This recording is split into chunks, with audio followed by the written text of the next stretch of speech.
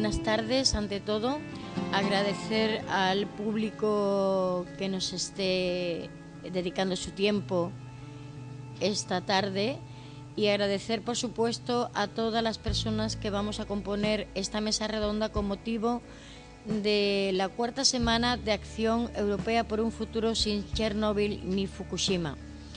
Yo quiero, antes de dar comienzo a las presentaciones, muy brevemente hacer una reflexión para que podamos todos ponernos en la situación del tema que se va a tratar y a debatir en esta mesa redonda. Lo cierto es que lo ocurrido en Ucrania, a 1000 kilómetros de Kiev, el 26 de abril del 86, a las 1:23 horas de Moscú, en el reactor 4 de la central nuclear de Chernóbil, produjo un gran incendio que expulsó 8 toneladas de combustible radiactivo, afectó a casi 5 millones de habitantes y contaminó el 23% de la superficie de área vecina hasta 30 kilómetros a la redonda, con graves consecuencias inmediatas y a largo plazo. Chernóbil resultó ser un desafío a la escala planetaria. Antes del 26 de abril del 86, el mundo tenía la ilusión de la seguridad propia. Después de esta fecha, nada en ningún rincón del mundo puede estar seguro de un mañana seguro. Y lo que pasó en la central japonesa de Fukushima lo confirman. Los países medianamente afectados, como fueron Ucrania, Bielorrusia y Rusia, pagaron la tranquilidad del planeta con las vidas y la salud de miles de sus ciudadanos. Los colectivos que promovemos los programas de estancias temporales para los niños de Chernóbil consideramos que debe ser una lección para la humanidad en lo referente a prevenir catástrofes en las centrales atómicas. Y pensamos igualmente que es muy importante garantizar el acceso libre a toda la información sobre una planta cuando sufre una avería. El ciudadano debe estar informado qué está ocurriendo y qué va a suponer para su futuro, y si es necesario abrir las puertas para la ayuda humanitaria internacional cuanto antes. Y es que los desastres nucleares no tienen fronteras, son una amenaza directa para la salud de la gente y para el medio ambiente. Desembocan en problemas económicos, afectan todas las esferas, por lo que la seguridad de las plantas atómicas no puede ser considerada solo una cuestión nacional, lo cual ha sido probado en las catástrofes de Chernóbil y Fukushima. Con los programas de acogida temporal no brindamos lo que nos sobra, solo compartimos lo que tenemos. Muestra una vez más lo necesario que es una política humanitaria internacional. Dicho esto, vamos a pasar a presentar a todos los componentes de esta mesa redonda en el día de hoy con motivo de la Semana de Acción Europea aquí en Huelva 2014, la cuarta. Están con nosotros el profesor Alexei Nesterenko, a mi izquierda, director del Instituto de Seguridad Radiológica de Belgrad en Minsk, geógrafo y ecologista, coautor del libro Chernóbil, las consecuencias de la catástrofe para la gente y la naturaleza. Su padre, Vasily Nesterenko, fue el fundador de Belgrad. Aquí a mi derecha tenemos a Andriy Mizko. Nació en el 60 en Fergana, es de Ucrania. Desde el 5 al 27 de mayo del 86 sirvió como piloto en helicóptero de Chernóbil. Después de servir como un liquidador, fue enviado a Afganistán. En el 2000 fue de baja del servicio militar por problemas de salud. También nos va a acompañar, por supuesto, Alejandro, que es quien va a servir de traducción simultánea para que podamos estar todos informados de lo que van diciendo nuestros invitados. Y como no, tenemos también nuestros invitados locales, un elenco de profesionales de la medicina, como es Esperanza González, que es licenciada en Medicina y Cirugía por la Universidad de Granada y es ginecóloga especializada en medicina preventiva. Ha sido cooperante en India, Polonia y Eslovaquia. Su especialidad e interés es la investigación en medicina fetal. La llevaron a especializarse en esta materia durante un año en el King's College Hospital de Londres, gracias a una beca del Fetal Medicine Foundation. Trabaja en el Hospital Infanta Elena actualmente en Huelva. Tenemos también a don José Sánchez Segovia, jefe del Servicio de Radiofísica y Protección Radiológica del Hospital Juan Ramón Jiménez, investigador principal del proyecto GAPS, Gantry Superconductor, un trabajo con el que se está diseñando un tipo de funcionamiento de maquinaria hasta ahora inexistente y que puede revolucionar el tratamiento de cierto tipo de tumores. También nos acompaña don José María Ceballos Aragón, pediatra, también del Hospital Infanta Elena, licenciado en Medicina y Cirugía por la Universidad de Sevilla y pediatra tras cursar en MIR en la Ciudad Sanitaria Virgen del Rocío. Profesionalmente ha desempeñado el puesto de pediatra en atención primaria en Andújar, facultativo especialista en el área de especialidad pediatría desde el 82, habiendo desempleado su labor de forma interrumpida en hospitales de Río Tinto, Infanta Elena y Juan Ramón Jiménez, todos en la provincia de Huelva. Desde abril hasta la actualidad es facultativo especialista en el área de servicio de pediatría del Hospital Infanta Elena, habiendo sido también director de los hospitales de Río Tinto e Infanta Elena a nivel provincial como director provincial de asistencia sanitaria. Como vemos, todos ellos tienen un currículum que da a esta mesa pues el prestigio que en esta ocasión se merece. Estamos a la espera que se incorpore don Carlos Ramos Font, nacido también en Granada, actualmente trabaja como facultativo especialista en el área de servicio de medicina nuclear de la Universidad de Gestión Clínica de Diagnóstico por la Imagen del Hospital Juan Ramón Jiménez de Huelva y desarrolla su actividad profesional enfocada a la medicina nuclear. Suponemos que en breve momento pues pueda incorporarse a la mesa debido a una intervención que ha tenido que tener en el Hospital de Río Tinto, pues se está demorando. Esperemos que pueda compartir con nosotros esta hora de programa que vamos a tener gracias a la televisión de Huelva y gracias a la colaboración del excelentísimo Ayuntamiento de Huelva.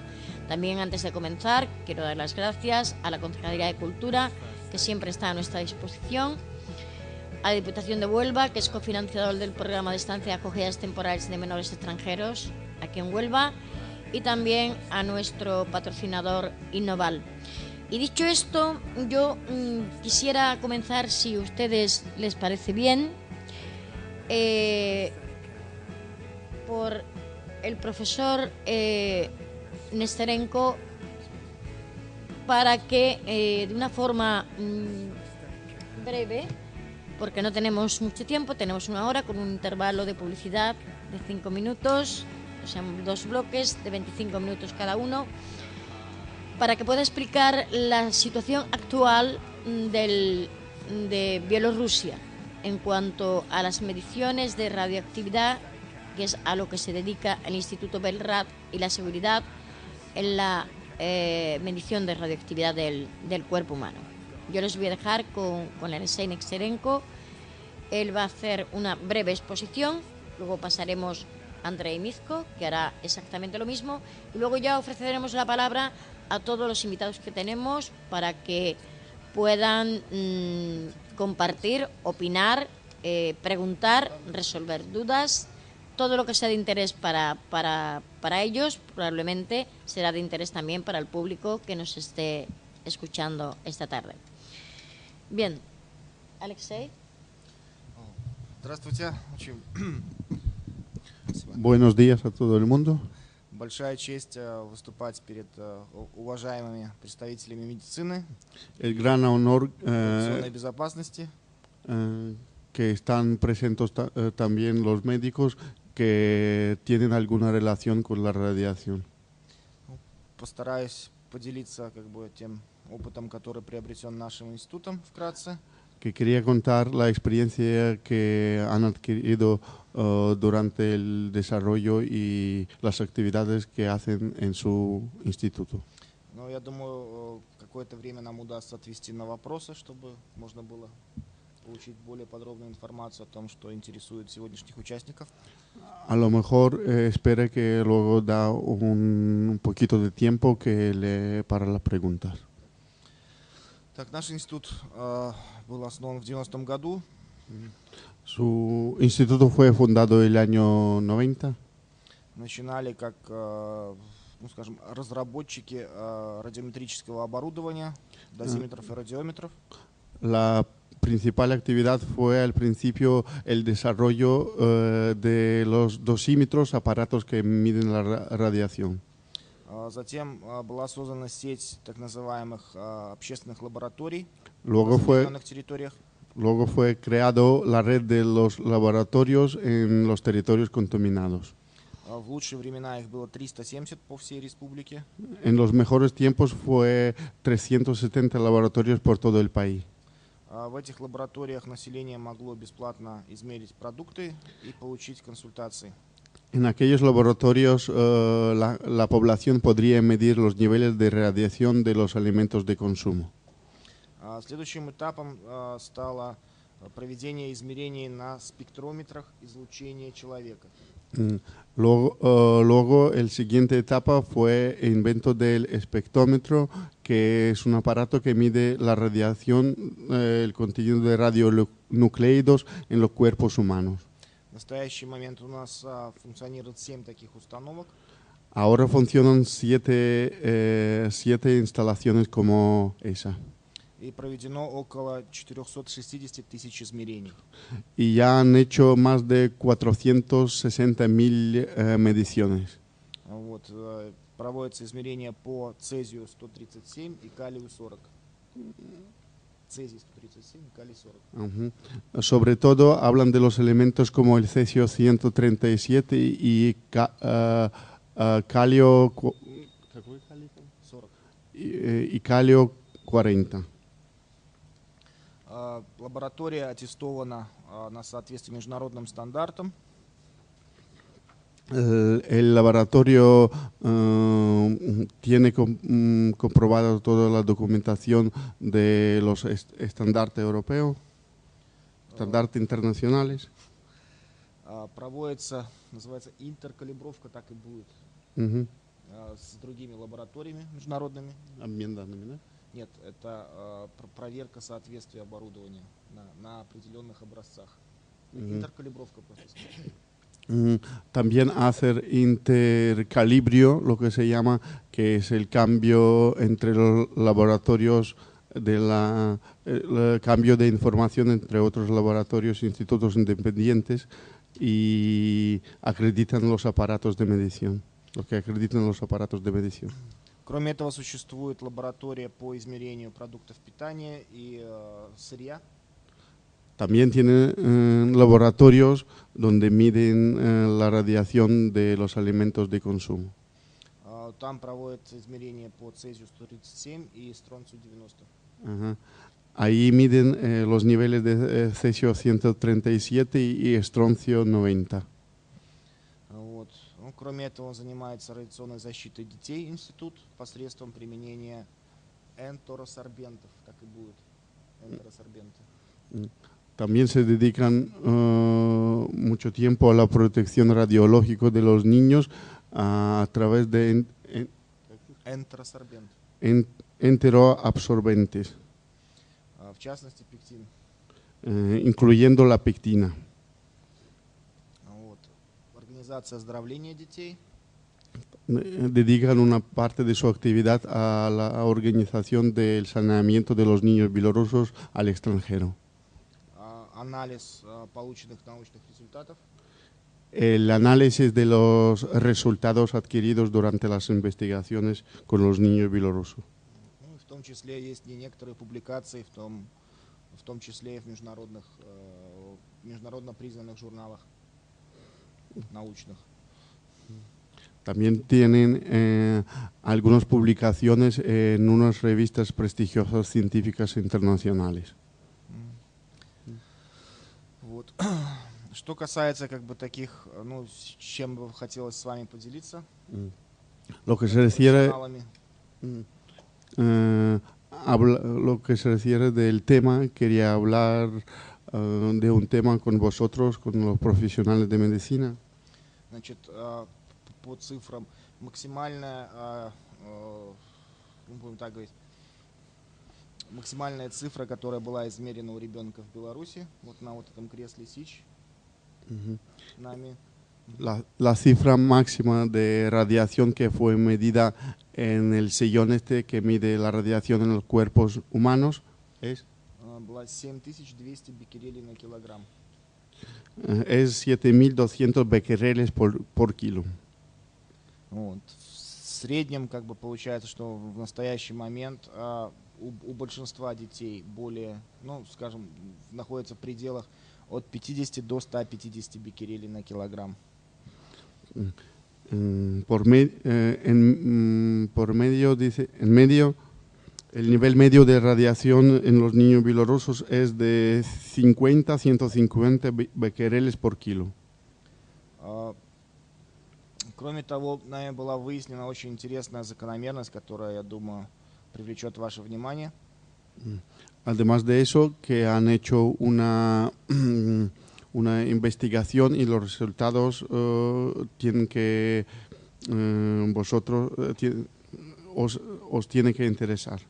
Мы провели сравнение между плотностью загрязнения территории и средней активностью и количеством радионуклидов в организме детей.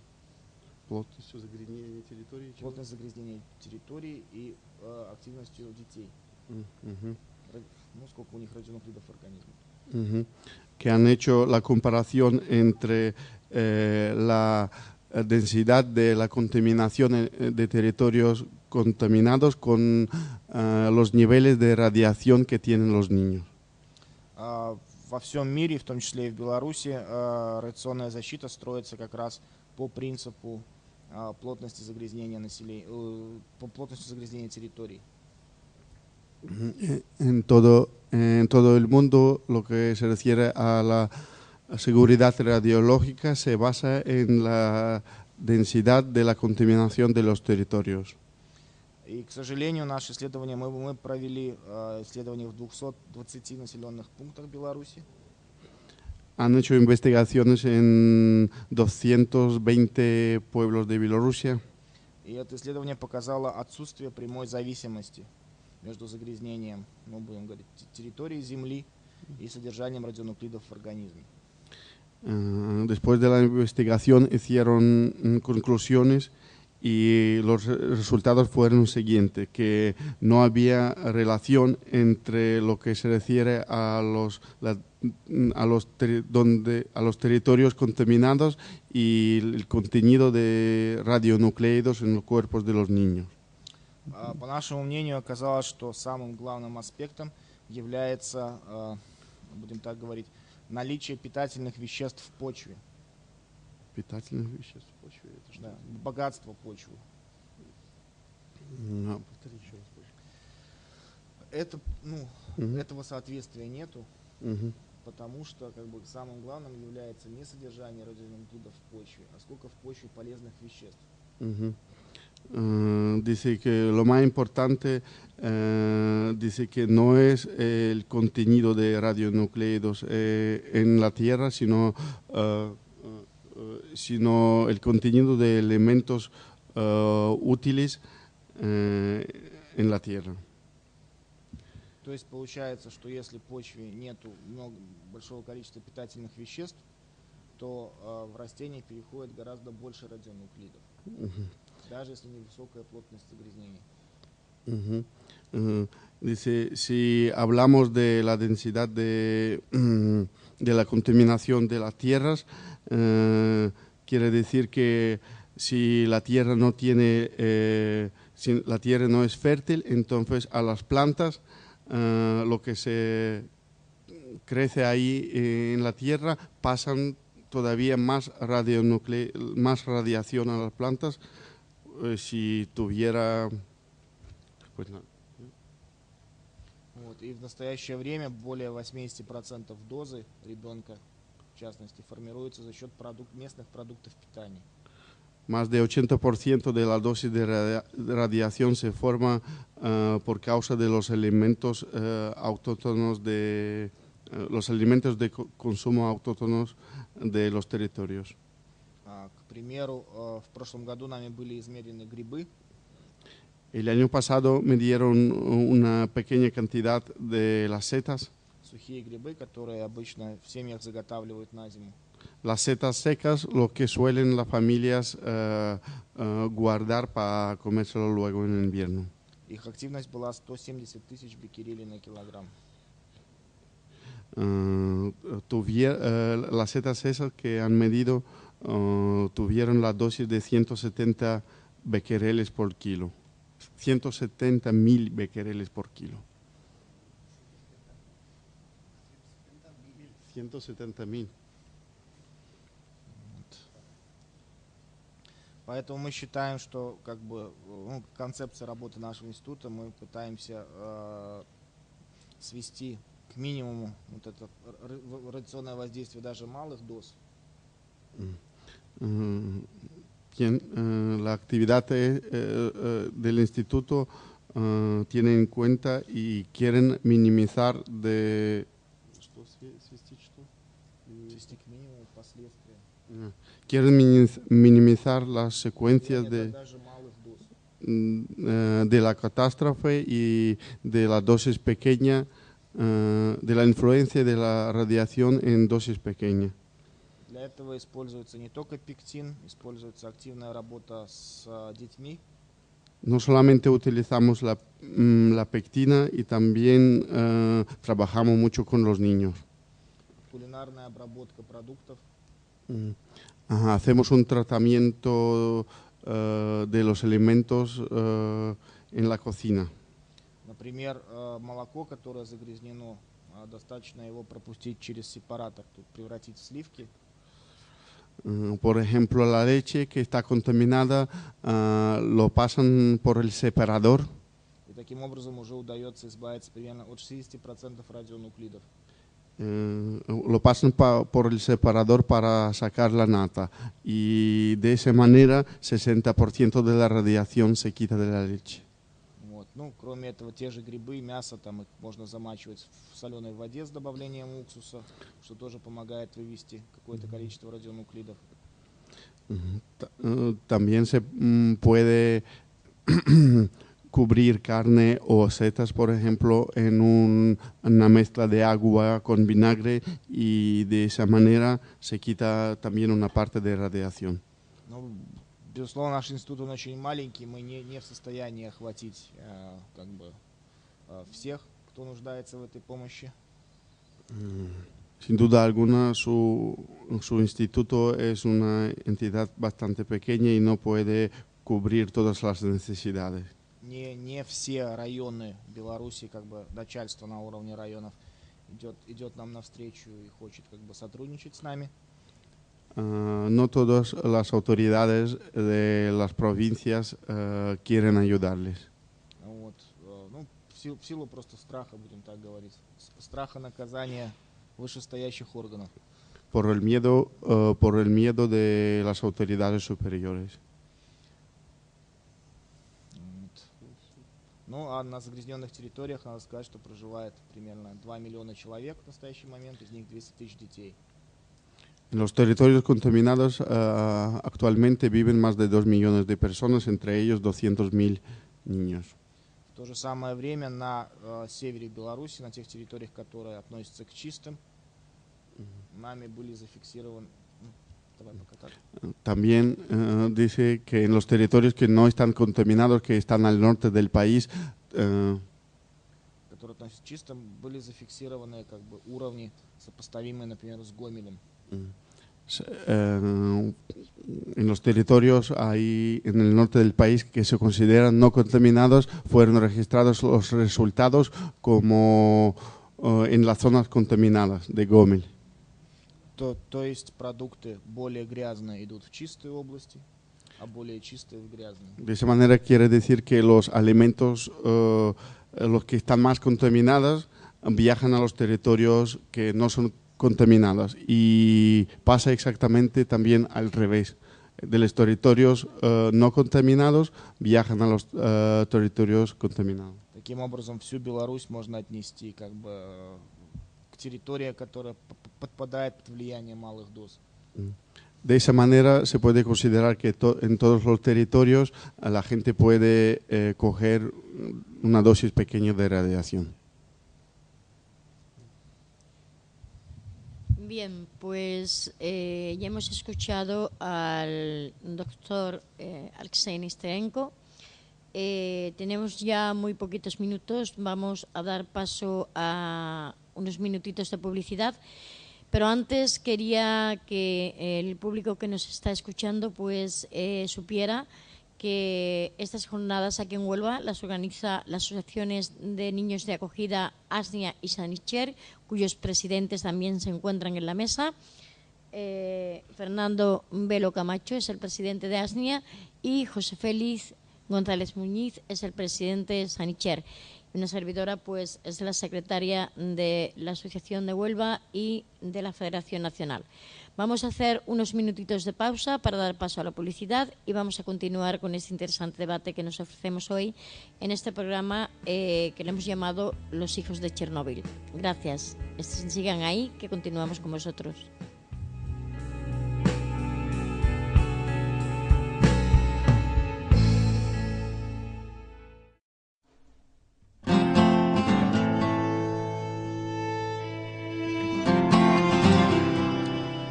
Pues, como les decíamos, continuamos después de esta pequeña pausa y ahora vamos a dar paso a Andrei Mizko, que fue piloto de las Fuerzas Aéreas Bielorrusas y, aunque su nacionalidad es ucraniana, fue uno de los liquidadores que rotaron continuamente el reactor y descargando esa tremenda carga de plomo para evitar que siguiera expandiendo la fuerza de elementos radiactivos. Andrei Mizko nos va a contar brevemente su experiencia porque tenemos muchísima inquietud y muchísimas ganas de escuchar a nuestros profesionales de Huelva, que también seguro que tendrán muchísimas cosas interesantes que contarnos.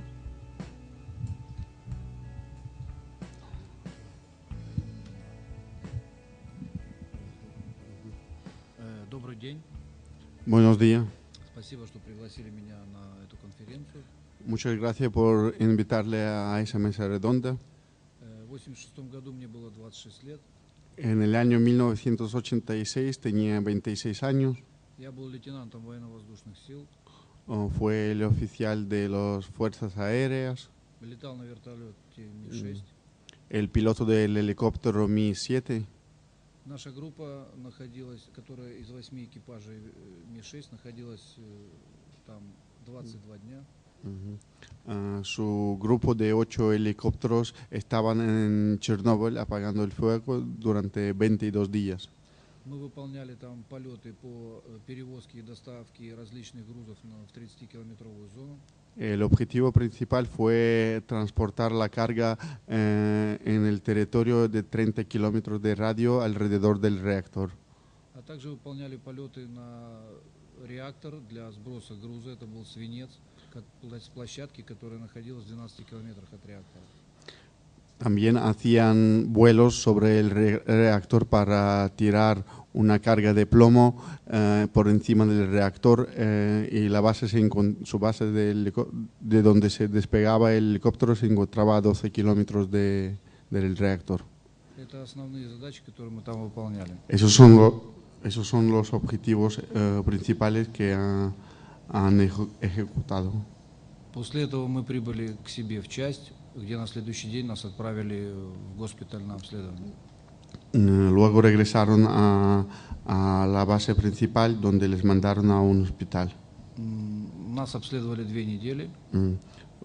Fueron debajo del control durante 2 semanas, del control médico. После этого dали 10 дней отпуска. Luego le dieron 10 días de vacaciones.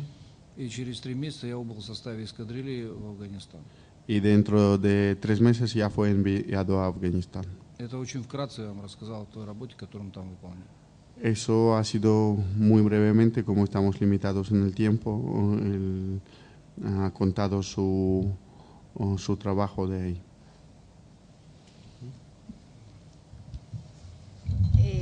La verdad que sí, como dice Andrei Mizko, estamos limitados en el tiempo, pero yo quería hacer una salvedad, y es que verdaderamente tenemos que estar muy agradecidos a las personas que estuvieron en esa liquidación, en esa limpieza, en la gran catástrofe de Chernóbil, porque evidentemente no solamente intentaban salvar la vida de su pueblo, sino que también salvaron la vida del resto de Europa.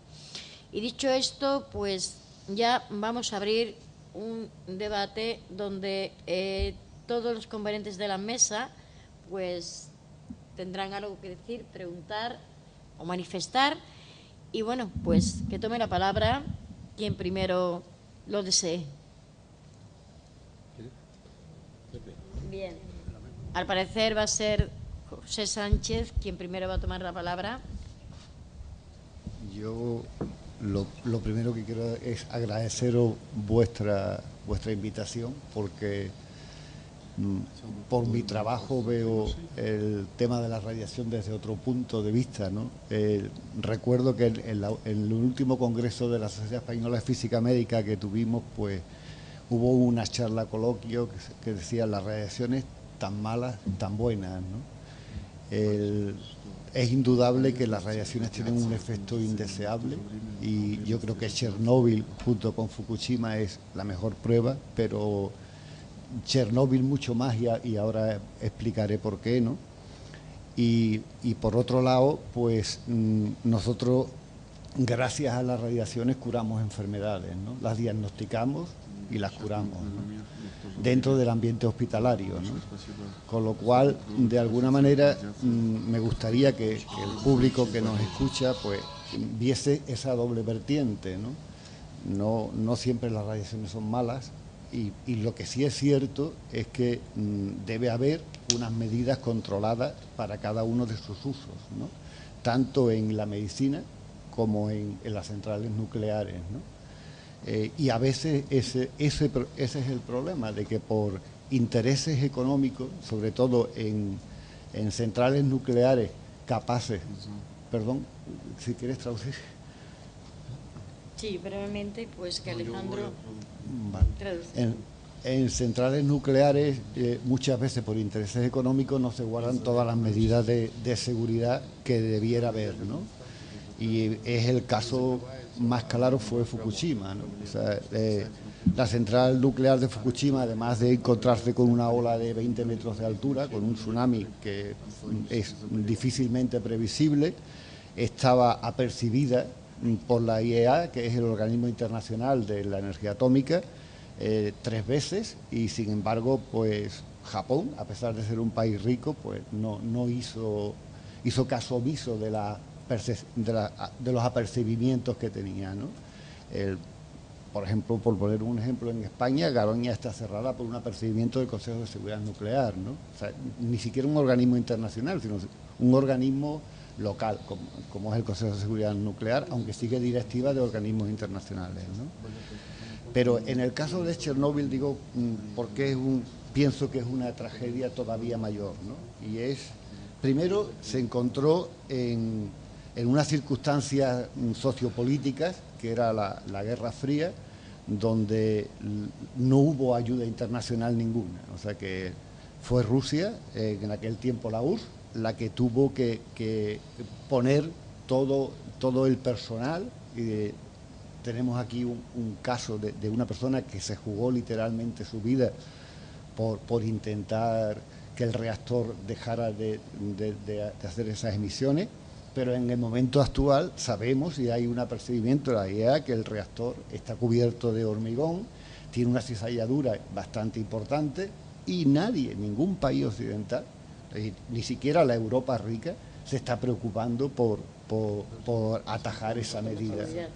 Es algo que tiene un costo bastante elevado, pero creo que es una necesidad que en este momento tiene la central nuclear de Chernóbil y que Europa le está volviendo la espalda, ¿no?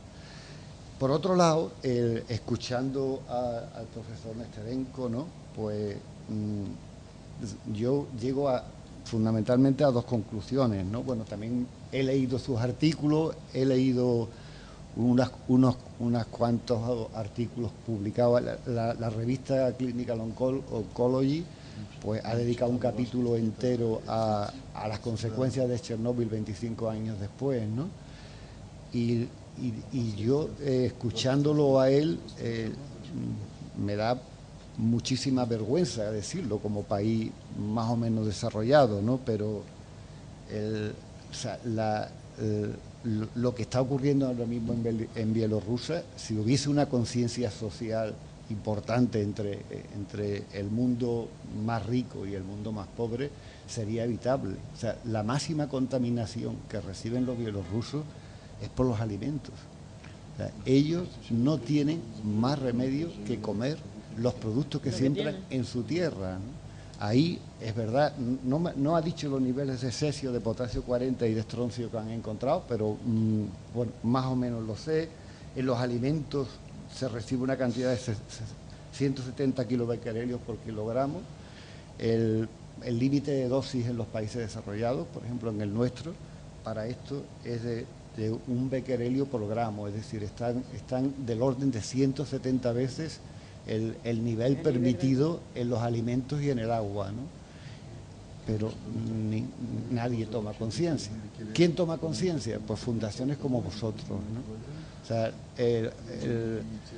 gente altruista que tiene conciencia de colaborar, y entonces evitan que al menos durante un tiempo, 45 días, pues los niños, que son la población diana o más sensible, ¿no?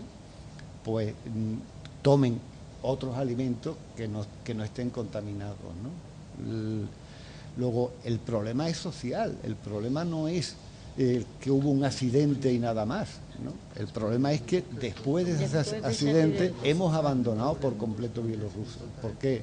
Pues porque en los países donde recibimos, en España no hubo, pero sí en Italia, Austria, algunas zonas de Alemania y demás, pues el cesio 137, después la fuga que hubo después de 30 años, de 25 años, él tiene una vida, un semiperiodo de 30 años, o el potasio 40, que tiene una vida media bastante más corta, pues se ha extinguido, y entonces ya no nos preocupa el resto, ¿no? Quiero recordaros y me imagino que el doctor Nestarenko lo conoce, en la Red Forest. O sea, hay una zona donde se enterró todos los productos radiactivos de fuera del reactor, fundamentalmente los que estaban contenidos en la piscina. Eso se metió en una selva, que le llaman la selva roja, ¿no? Pero ahí llueve y ese agua es arrastrada a los ríos, con lo cual también en el agua y en la leche hay eso. De hecho, hay un caso anecdótico de que se descubrió un jabalí que tenía unos niveles de dosis, pues casi como si tuviese todo isótopos radiactivos, ¿no? ¿Por qué? Pues porque se metió en la selva, comió, y después ellos lo cazaron y se comieron ese. Pues la verdad luego que seguiremos. Tendremos mucho, hace falta mucho tiempo, ¿verdad? Sí. José, para continuar con todo lo que esto conlleva, arrastra, pero la verdad es que no contamos con ello, por lo cual vamos a pasar la palabra ahora a Esperanza, que creo que tiene muchísimas ganas de contarnos algo, y posteriormente ya a Pepe Ceballo también, para que pueda compartir. Muchas gracias, Nieves.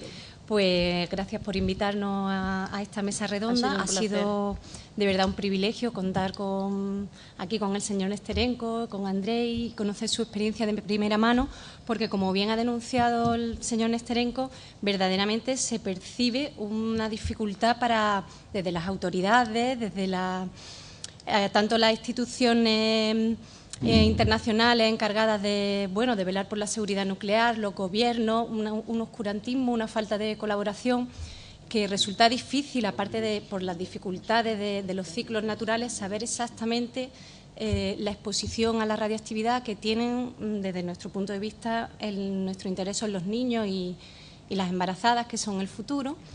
Y es difícil establecer a ciencia cierta el grado de afectación, pero por esos temas, digamos, sociales, geopolíticos. Y los niños son la esperanza, digamos, son el futuro, y asociaciones como esta, pues son las que verdaderamente no hacen que siga la conciencia, que no caiga en el abandono. No lo olvido.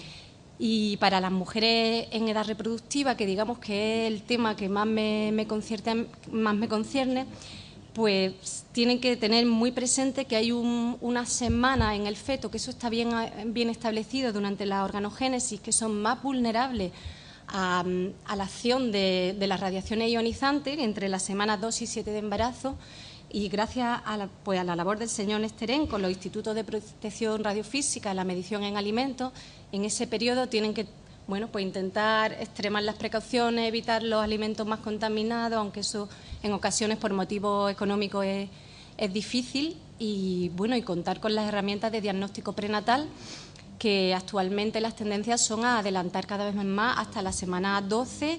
Ya una mujer puede tener la tranquilidad de que su niño tiene sus 2 manos, sus 2 piernas y sus 4 cámaras en el corazón, por poner las preocupaciones mayores que tienen allí en el inconsciente colectivo todas las mujeres de Bielorrusia. Evidentemente, de hecho la natalidad es muy baja y la mortalidad hay que es quitarse, muy alta.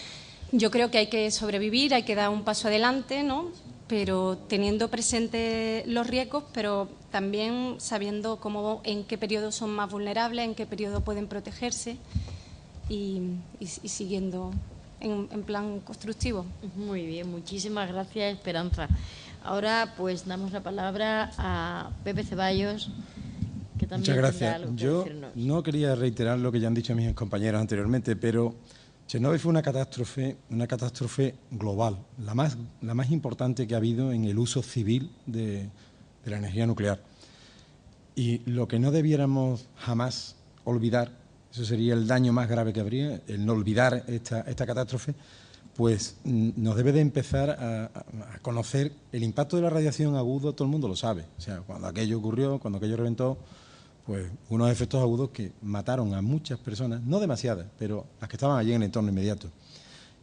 Incluso en el periodo inmediatamente después, auténticos héroes como aquí Andrei Misko, que estuvieron, pues afectó gravemente a la salud de aquellas personas que nos salvaron la piel a los que estamos fuera, ¿no?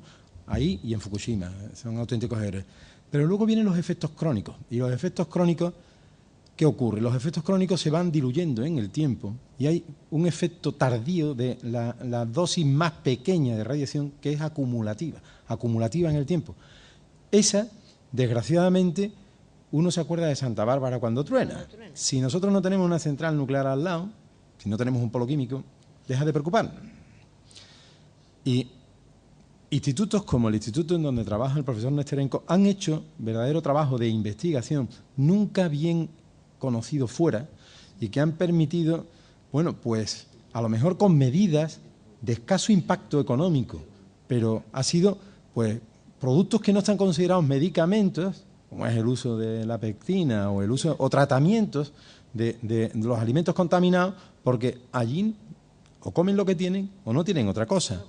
Entonces, los impactos de la radiación fueron importantes, pero el impacto medioambiental, ese va a perdurar décadas y en la zona de exclusión siglos. Eso lo sabe mejor Pepe Sánchez, o sea, la zona inmediatamente alrededor, ¿no? Pero bueno, allí, claro, todo el yodo cayó prontito, y era una zona endémica de bocio, entonces causó mucho daño. Los cánceres de tiroides en los niños se multiplicaron por cifras escandalosas, sobre todo los que tenían menos de 4 años en aquella época, o incluso los que no habían nacido. Pero eso, está muy estudiado.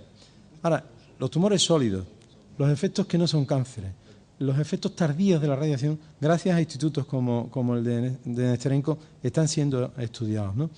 Entonces, la pectina, pues la pectina no está considerada por la FDA ni por la Agencia Europea de Medicamentos un medicamento, sino un complemento alimenticio.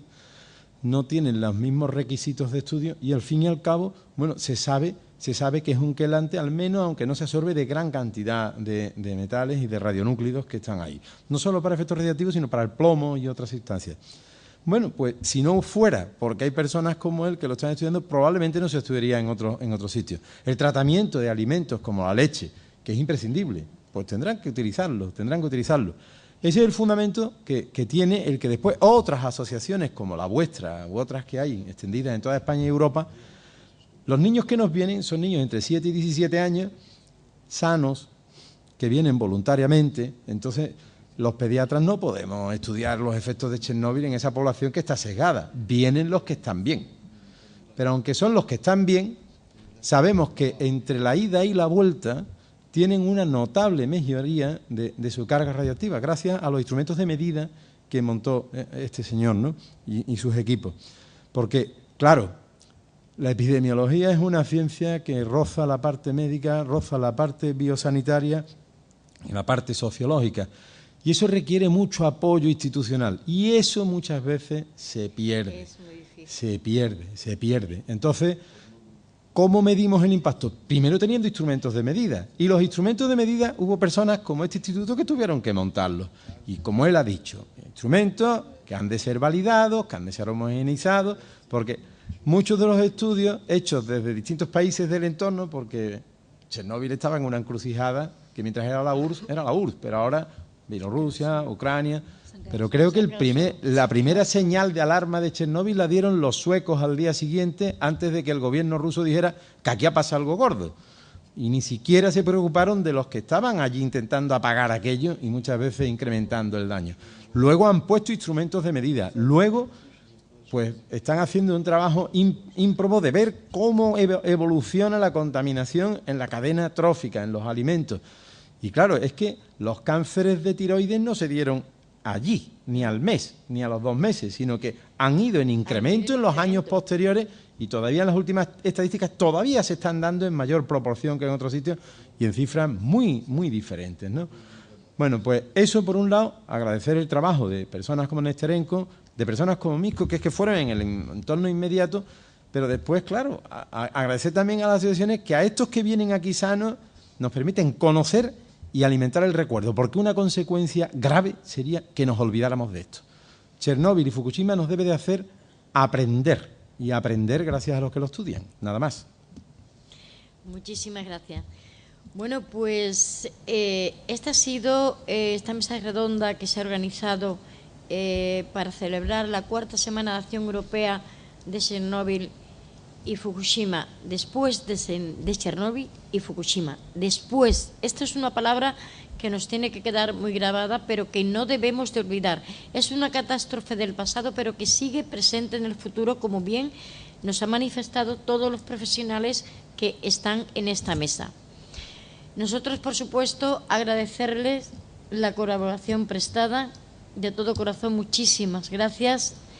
Agradecer también a los invitados que han estado en nuestra mesa, como es el doctor Nesterenko y como es el piloto Andrei Misko. Y ahora, pues, para despedir ya nuestro programa Hijos de Chernóbil, voy a hacer la palabra a los presidentes de las asociaciones que han organizado esta jornada en Huelva, como es Fernando Velo y José Félix González Muñiz. Toman la palabra, da igual, Félix. Bueno, pues buenos días. Yo, como dice Nieves, soy el presidente de la asociación Sanicher, que es, quiere decir, la Sierra de Huelva ayuda a los niños de Chernóbil. Y entonces, pues agradecer al profesor Nesterenko y al señor Mirko su presencia entre nosotros. Y bueno, como la asociación, lo que traemos estos niños de Bielorrusia desde la nuestra hace 10 años, nuestra labor principal es atraer niños para saneamiento, pues quiero animar a toda la población que nos está escuchando para eso, que se conciencien de que esta labor da muchas satisfacciones muy, muy, muy importantes y además con pruebas muy evidentes de que cuando los niños vienen a España se le hace una prueba, una medición de la radioactividad en el aeropuerto de Minsk y cuando vuelven se le hace otra prueba por parte del instituto del señor Nesterenko y a algunos niños le baja los niveles de radiación hasta el 100%. Hasta el 100%. Claro, lógicamente, como se ha hablado aquí en esta mesa, cuando vuelven allí tienen que volver a comer otra vez productos contaminados y otra vez. Pero bueno, la verdad es que cuando se va a Bielorrusia y se vean a niños que han salido del país, a Italia, a España, a Alemania, donde salen a toda Europa, y los que no han salido nunca, que viven en la casa de al lado, se ve, no hay que preguntarle si ha salido, se le ve perfectamente el cambio tan radical que esos niños toman cuando salen de su entorno tan contaminado. Pero claro, es que volvemos al tema de, es que tienen que comer productos contaminados, es que no tienen otra posibilidad de comer otra cosa, porque concretamente el padre de mi niño gana 50 euros al mes, trabajando 12 horas diarias. ¿Qué va a comprar? ¿Qué puede comprar esa familia con 50 euros al mes de productos sanos que valen igual que en España? Yo he estado en Bielorrusia y he comprado un kilo de plátano y me ha costado igual que en España. No pueden acceder a ese tipo de alimentos. Entonces, el problema va a seguir muchos años más. Muchas gracias. Bien, Fernando. Bueno, yo para seguir lo mismo que dice Félix, como los niños vienen aquí, se lo pasan muy bien también, porque es verdad, los niños pasan aquí, se lo pasan bomba, porque no tiene, bueno, juegan a lo que quieren, los padres de acogida o los padres, lo dejamos que haga todo, pero bueno, con todo como si fuese hijo de cada uno. Sí. Si yo hay que reñirle a los niños, se les riñe igual, ¿eh? Y ellos lo entienden, ¿eh? No es que... Y eso, ¿no? Yo, la suerte mía de que yo traje uno, que no viene por circunstancias ya de que está hecho mayor y tiene que cambiar de instituto, ahora traigo otro, este año traigo otro distinto, que tiene 8 añitos, y yo creo que he disfrutado más del niño que del niño mío. ¿Entiendes?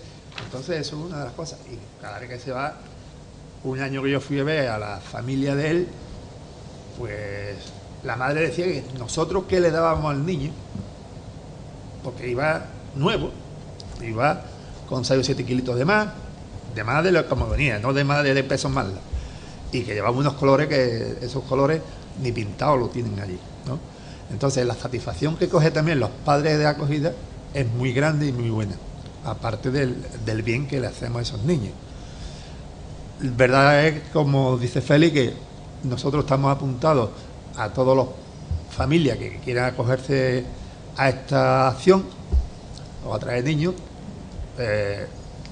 Tenemos la página web, que ahora si quiere la secretaria lo dice, y que nos llame. Ya para este año no es posible, ¿no? Pues los niños vienen ya dentro de 2 semanas, pero para el año que viene se puede hacer las gestiones y se traen, y no hay problema de ninguno de traer. Y cuantas más personas se apunten, mejor, porque más niños vienen para aquí, para la ciudad. Que no tengan miedo con las personas que quieran acoger por el idioma, no pasa que a nada. los 3 días saben hablar español. Más bien andaluz, español, castellano no. Son una esponja. Pero que aprende rápidamente. La mímica se entiende en todos sitios. Sí, es el idioma mundial. Bueno, pues nos vamos a despedir. Nos vamos a despedir y nada, esperemos que el público que nos ha escuchado pues tome un poco de conciencia de la problemática actual que tiene la infancia bielorrusa, que no la olviden, que se animan a acoger y que cuando lo hagan piensen sencillamente que están salvando una vida.